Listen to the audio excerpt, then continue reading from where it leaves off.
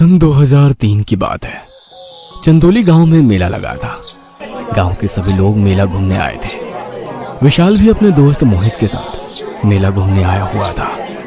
काफी देर घूमने के बाद अब वो वापस जाने के लिए ऑटो स्टैंड की तरफ बढ़ रहे थे। मेला तो बहुत अच्छा था यार, मैं तो कुछ दिन बाद फिर से आऊंगा। हाँ मैं भी आऊंगा यार, अगर वो लाल लहंगे वाली लड़की फिर से मिली तो। उसको तू तो भूल जा, उसका मिलना लगभग नामुमकिन है। तभी उन दोनों को नजर आया कि उनसे आगे कुछ ही दूरी पर दो लड़कियां जा रही है। उनमें से एक ने लाल लहंगा पहना हुआ था। विशाल भागकर उन दोनों लड़कियों के सामने खड़ा हो गया। क्या बात है, पहले मेले में हमारे पीछे पड़ी थी, अब रास्ते में भी आ गए। माफ करना, लेकिन क्या करें, जब से आपको देखा है आपसे बात करने को मन मचल रहा था। लगता है आप दिल फेक हैदराबादी हैं। चलिए हटिए यहाँ से, हमें देर हो रही है। ओ सॉरी, हाँ लेकिन मैं आपसे फुर्सत में मिलना चाहता हूँ। आपका एड्रेस और मोबाइल नंबर मिल जाता तो ठीक होता। ठीक है, लेकिन एक शर्त है, आपको रात में आना पड़ेगा, वो भी अकेले। आ जाऊंगा, कोई ऐसी बड़ी बात नहीं है। मैं सरूरपुर से हूँ। आपको घना जंगल पार करना पड़ेगा।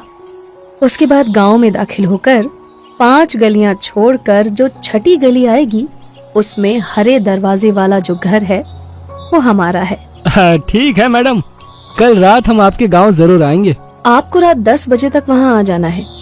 अगर नहीं आए तो हम आपको कॉल करके पूछ लेंगे। यह सुनते ही विशाल खुश हो गया और उसने अपना मोबाइल नंबर उसको दे दिया। अगले दिन शाम होते ही विशाल अपने घर निकला। कुछ ही देर में वो जंगल पहुंच गया। चारों तरफ घना जंगल था और तेज हवाएं उसके कानों को छू रही थी। ऐसे में झिंगुरों की आवाजें माहौल को और डरावना बना रही थी। मजा आ गया, वाह। उसने कुछ कदम बढ़ाकर देखा तो मोहित जमीन पर बैठा हुआ था। उसके हाथ में एक मटन का टुकड़ा था। सामने आग जली हुई थी जिस पर लकड़ी के सहारे मटन सीखने के लिए लटका हुआ था। साले कमीने, हैं? ऐसा कहते हुए विशाल उसके पास गया। हैं? तू यहाँ मुर्गा पार्टी कर रहा है और मुझे बताया तक नहीं? नाराज क्यों होता है, बैठ जा, तू भी खा ले। विशाल बैठ गया और मोहित ने उसको सीख से मटन निकाल कर दिया। विशाल ने भी उसके अंदर एक मुंह मारा। लाजवाब, कितना टेस्टी मटन है। मजा आ रहा है ना? हाँ बहुत, मन कर रहा है तेरा भी छीन कर खा जाऊं। छीनने की क्या जरूरत है, मेरे पास और है ना। ऐसा कहकर वो उठा और एक पेड़ के पीछे गया। अरे वहाँ पेड़ के पीछे क्या करने जा रहा है? कुछ देर पेड़ के पीछे रहने के बाद मोहित बाहर आया और वो मंजर देखकर विशाल का दिल दहल गया। आंखें खौफ से फटी की फटी रह गई। मोहित एक आदमी की लाश घसीट कर ला रहा था। उस आदमी की एक टांग और एक हाथ गायब थी। खून रिस रिस कर उसके शरीर से निकल रहा था। मोहित चेहरे पर मुस्कान लिए हुए उसको घसीटते हुए विशाल के करीब आ रहा था। यह देख विशाल अपनी जगह से खड़ा हो गया। ये तूने किसको मार दिया? कौन है ये? अरे यार, ये वही आदमी है जिसका मटन तू मजे से खा रहा है। विशाल ने कभी अपने हाथ से मटन छोड़ दिया और थर-थर कांपने लगा। ये क्या बकवास है? तूने एक आदमी का खून कर दिया। तभी मोहित की आंखें लाल लाल चमकने लगी और वो बेहद भारी और डरावनी आवाज में बोला, हाँ काट दिया इसको, अब दोनों बैठकर इसका मांस खाते हैं, बैठ जा।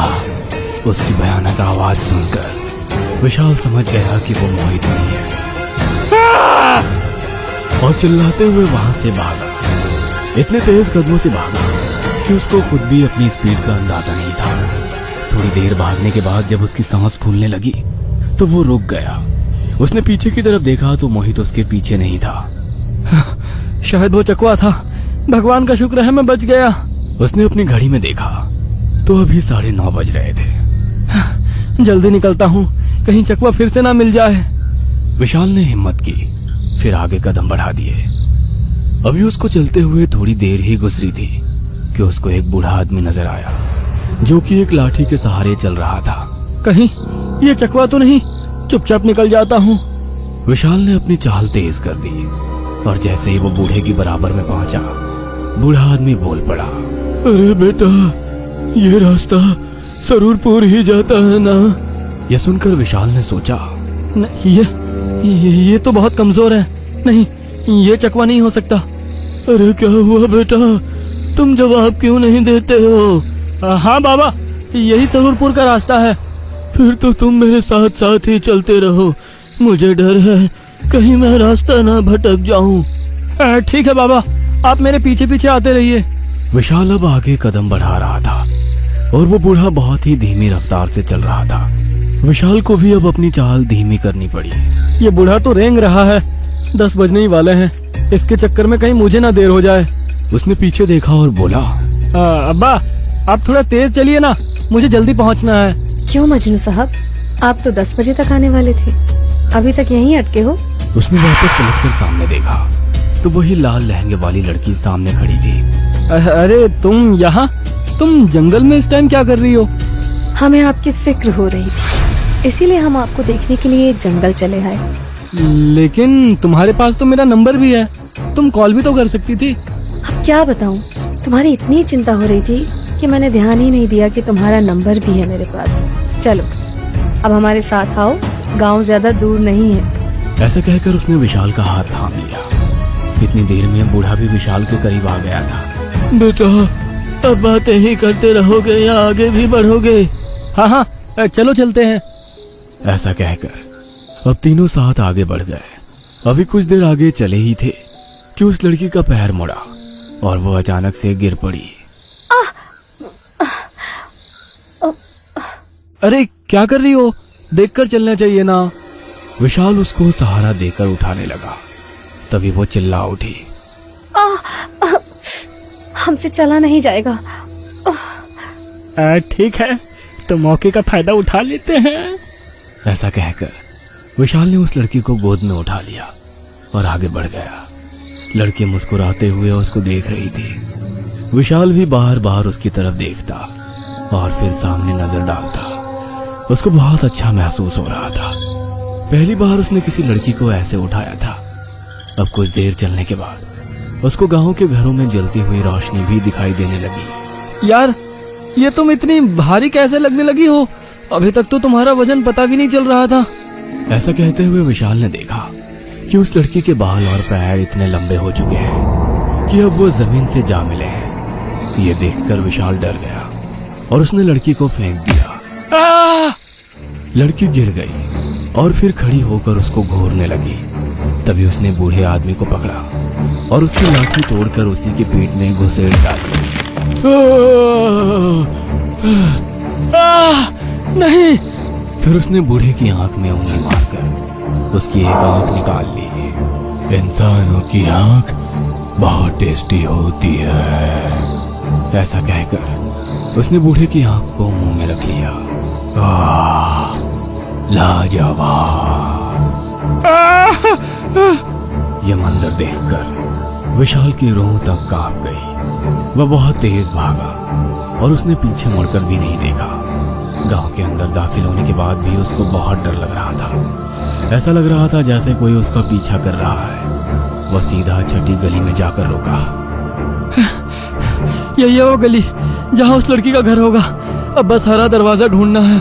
कुछ कदम चलने के बाद उसे हरा दरवाजा भी नजर आया। उसकी हालत इतनी खराब थी कि वो सीधा उस घर के अंदर दाखिल हो गया। सामने वो लड़की बैठी हुई थी। वह उसको देखकर खड़ी हो गई और विशाल भी उससे जा चिपटा। अरे अरे, क्या हुआ तुमको? इतना डरे हुए क्यों लग रहे हो? विशाल ने रोते रोते उसको सारी कहानी सुनाई। मुझे तो लग रहा था कि मैं आज बचूंगा नहीं। चकवा मुझे नहीं छोड़ने वाला। ठीक है, अब तुम घबराओ नहीं, तुम बिल्कुल ठीक जगह पर आ चुके हो। ऐसा कहकर उस लड़की ने उसको कुर्सी पर बिठाया और मुस्कुराते हुए देखने लगी। विशाल इस टाइम डरा हुआ था, लेकिन फिर भी उसने अपने डर को छिपाते हुए उसको स्माइल पास की। तभी उसका मोबाइल रिंग करने लगा। उसने कॉल रिसीव कर कान पर लगाया। हेलो। विशाल, कहाँ हो आप? सरूरपुर आ गए? यह सुनकर विशाल ने सोचते हुए पूछा, कौन हो मैम आप? नंबर कहाँ से मिला? भाई वाह, एक ही दिन में भूल गए मुझे। मेले से आते टाइम तुम ही ने तो कहा था ना कि तुम मेरे गांव आओगे। मुझे लगा था कि तुम नहीं आने वाले, इसीलिए मैंने तुमको गलत एड्रेस बता दिया था। उस घर के अंदर कोई नहीं रहता। यह सुनकर विशाल का पूरा शरीर कांपने लगा। उसकी निगाहें उस लड़की पर थी जो उसके सामने खड़ी थी।